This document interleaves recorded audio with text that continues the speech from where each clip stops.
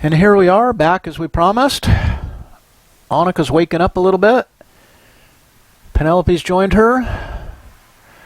Good sisters. They don't fight at all. All right. So, adjustment strategies. What can we do to resist persuasion and compliance? Well, we can defend against reciprocity pressures, and some routes to persuasion mean I did this for you, so you should do this for me. So they set up this reciprocity standard in an effort to force you to comply. Understand when people are doing that and setting you up for reciprocity. In the worst, maybe one of the worst case scenarios, right, is, and I'll be a little stereotypic here, so I'm going to do the standard guys and girls thing. Guy asks a girl out on a date, spends a lot of money, right, and then expects something in return. That is using reciprocity pressure, right? So, it's a good example of a bad situation. Resist influence of commitments. And back in the day, many of us got tied into the record club. Yes, when we bought, vinyl records, and the record club says, hey, pick out 11 albums for $1.86. And you read the fine print and says, okay, so over the next 3 years, you're going to have to buy 12 albums at standard price, and that standard price is probably full retail, more than you would normally pay. So they kind of get you into a commitment situation that you can't escape later on. Reduce the susceptibility to faulty social proof. And one of the examples is simply everyone's doing it, or everyone has one of these, or don't be left behind. This is the thing now, right? Faulty social proof. They're not providing you with numbers or data. They're just providing you with the sense that everyone's doing it. Reduced unwanted influence of liking. Boy, I sure like this person, but I don't know that the product is something I necessarily need or want or have to have, just because I like them. Defend against detrimental effects of authority, and that is having people tell you what you need or what you should be doing. Well, what you really should do, right? If people are coming off as authoritarians, then see what it is they're trying to accomplish. Combat scarcity pressures. If someone says, hey, for a limited time only, most of the time it isn't, or it's some kind of false kind of scarcity that's being created.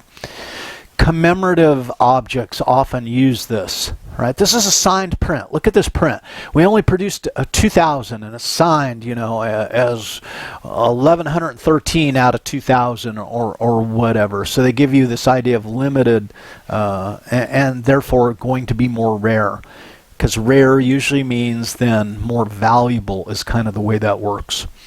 Think critically.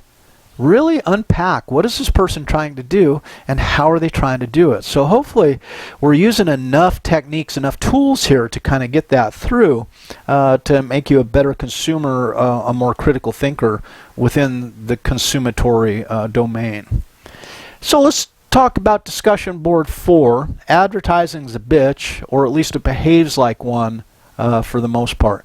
For this discussion board, please find an advertisement to act as the source. It can be television, print, from the internet.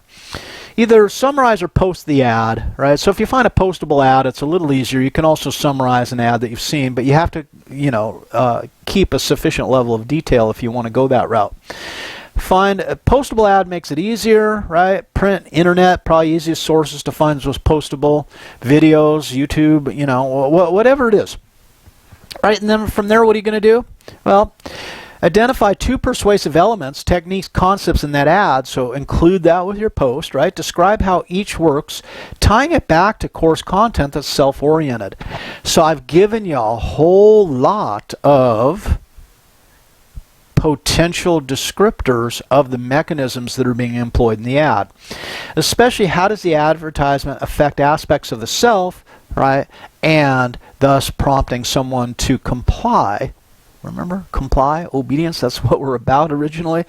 And it can either be a self-enhancement, like the toothpaste to make you awesome, or self-abasement, you're less than, your teeth are not matching up to the tissue, whichever. Finally, part 4, pick a wellness dimension to be enhanced or potentially diminished. So, in some cases, right, if I had succumbed like my buddy, a former student of mine that went on to sell cars, etc. And he originally worked for a Honda dealership. And he said, you know, people who buy Hondas, he was discussing this with his fellow salesman. I felt like a fly on the wall in this conversation. It was a lot different selling Hondas because people want to know about quality, they want to know about cost, they want to know about mileage. And what he was describing is people who buy Hondas tend to focus on central arguments. But then he left, and the people he was talking with was his fellow Chrysler salesman. And he says, working for Chrysler is a lot different because we sell Dodges, right? And we sell like Dodge Challenger. And what are people about? It's an emotional purchase. People don't care about maintenance records or history, etc. What they want to hear about is horsepower. How does the car look, right? How will they look driving the car? And that's one of the favorite techniques. Boy, how are you going to look sitting behind the wheel of this automobile? Woohoo! You are going to be styling, right? Peripheral argument. So, wellness dimension, let's tie it to a wellness dimension. Well, I might feel a little better emotionally. It might increase my emotional wellness to be driving the Dodge Charger or Challenger, right?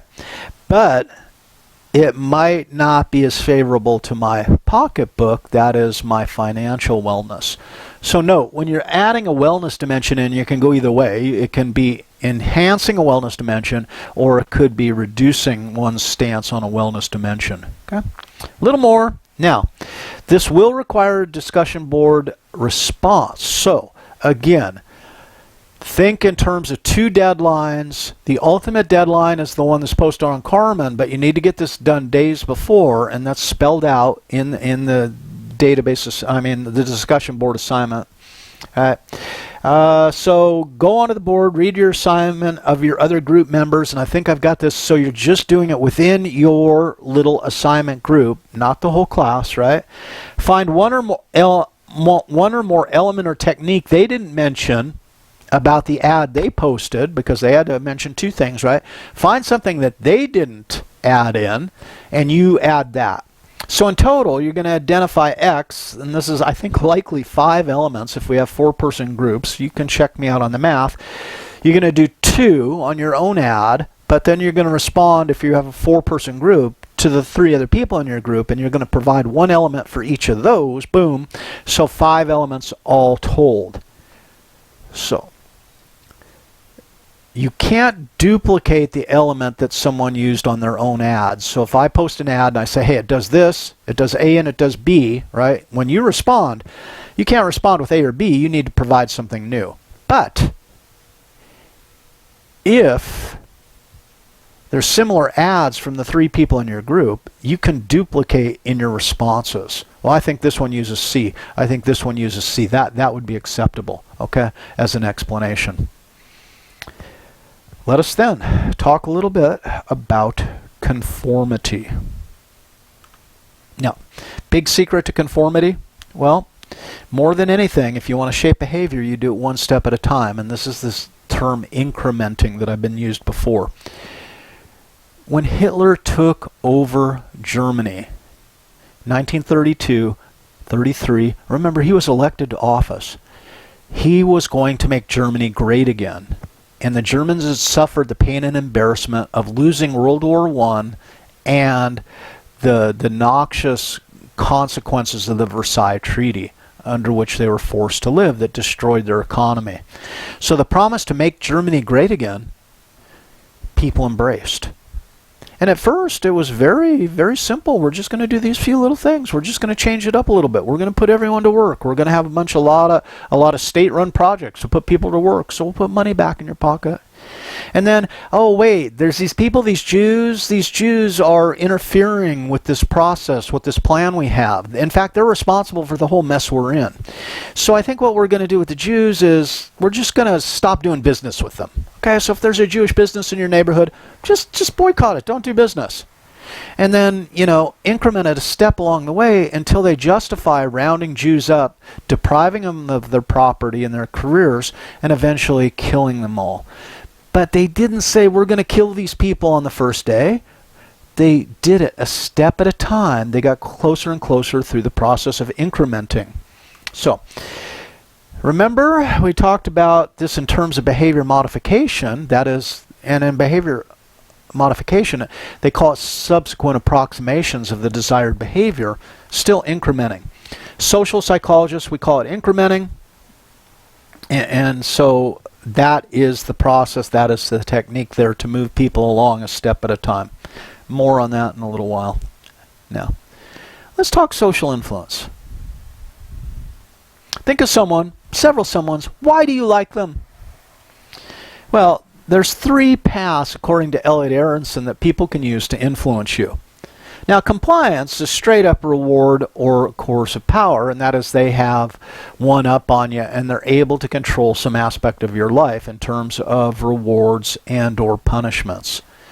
So many parents run the house this way. Do what I say or they'll be hell to pay.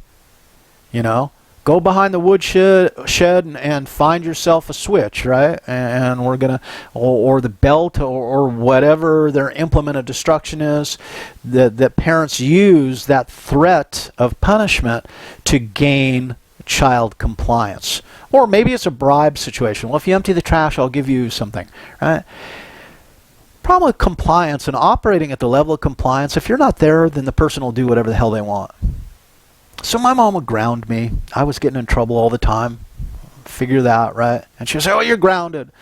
And what did grounding mean? Probably a lot like you're grounding. No television. Can't use the telephone. Can't go out. Can't have friends over. It was kind of a 4-pronged approach. Problem was, my mom worked. So it's just she and I. She worked. She wasn't there to enforce it. So if I was at home alone, I would watch TV. I would talk to my friends on the phone. If she called and said the phone was busy, I would say, well, someone was trying to sell me something or whatever. You know, so the problem with compliance is it forces you to be, it's like a prison. Yeah, you put the prisoners in prison, but the prisoners in prison, to force their compliance, you have to have guards 24/7, right? So it's kind of the least effective strategy of social influence. Now, identification, desire to be like the influencer. So the referent power is the term we used in a previous part to this lecture, right? Is based on their attractiveness. I'm going to do what they ask me to do because I like them. And my grandfather, I love dearly. He could ask me to do anything and I would do it simply because I loved my grandfather and I would do whatever he said because I wanted to be like him. And the room we're sitting in, this room I built in the attic, this master bedroom with the bathroom that I built and put in over there and all the electrical wiring I did here, etc. This is all the stuff my grandfather taught me to do. This room is a testament to my love for my grandfather. Okay? So, he could get me to do anything via his referent power, but he had something else going on too.